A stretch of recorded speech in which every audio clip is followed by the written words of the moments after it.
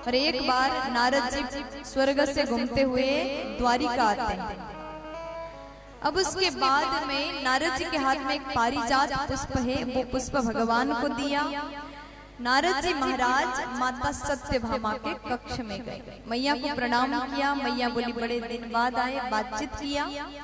अब नारद जी कहते मैया मैं स्वर्ग से आया था, पारिजात साथ में लाया था। मैया बोली तो दिखाइए कैसा होता है। तब नारद जी कहते हैं कि मैंने जो पारिजात लाया था ना, वो मैंने भगवान को दिया। तो मैया बोली तो अवश्य देखूंगी।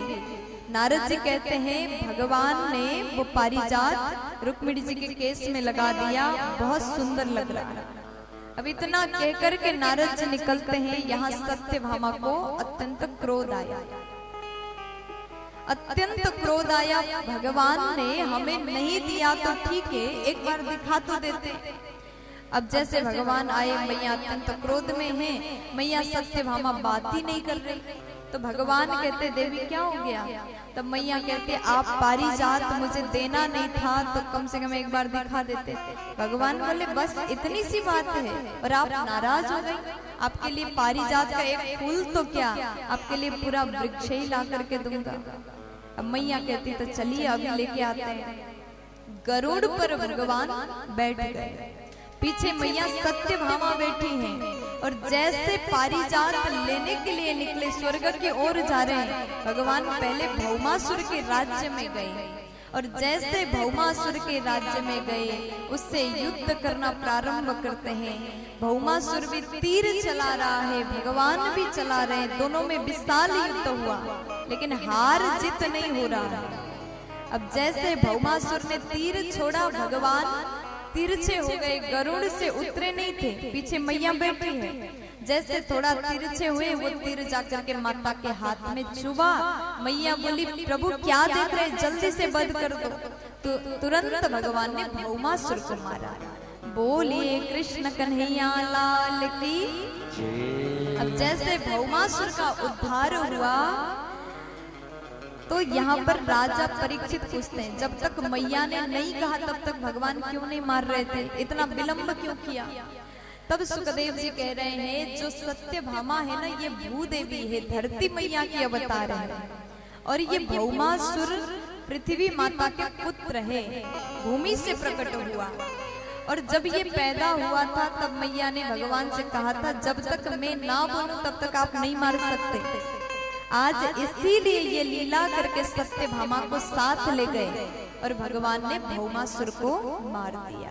प्यार से बोल दो ना। अब उसके बाद भौमासुर का मन था मैं बहुत ज्यादा शादी करूंगा। वो राजकुमारियों को हरण करके लाया था और अंतपुर में बंदी करके रखा था। 16,100 राजकुमारियों को बंदी बना करके रखा था। वो विचार करता था जब अधिक संख्या में होंगे एक साथ सबसे शादी करूंगा। भगवान जैसे भौमासुर को मार के भीतर गए और 16,100 राजकुमारियों को भगवान ने उस बंधन से मुक्त किया।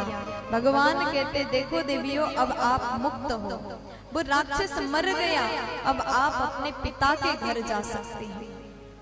तब आज ये राजकुमारियां दौड़ करके आई, भगवान से प्रार्थना करने लगी हे प्रभु आपको हम बताना चाहते हैं, भले आपने हमें इस बंधन से मुक्त तो कर दिया लेकिन हम अगर पिता के घर जाते हैं तो हमारे माता पिता हमें स्वीकार नहीं करेंगे। आपकी बड़ी कृपा है कि आपने हमें मुक्त किया लेकिन हम घर वापस नहीं जा सकते। क्यों नहीं जा सकते? क्योंकि एक स्त्री को, एक नारी अगर घर से बाहर जाए 5 दिन 2 दिन कितने भी दिन बाहर रह करके आ जाए तो उस नारी को दोबारा घर में स्वीकार नहीं कर सकते।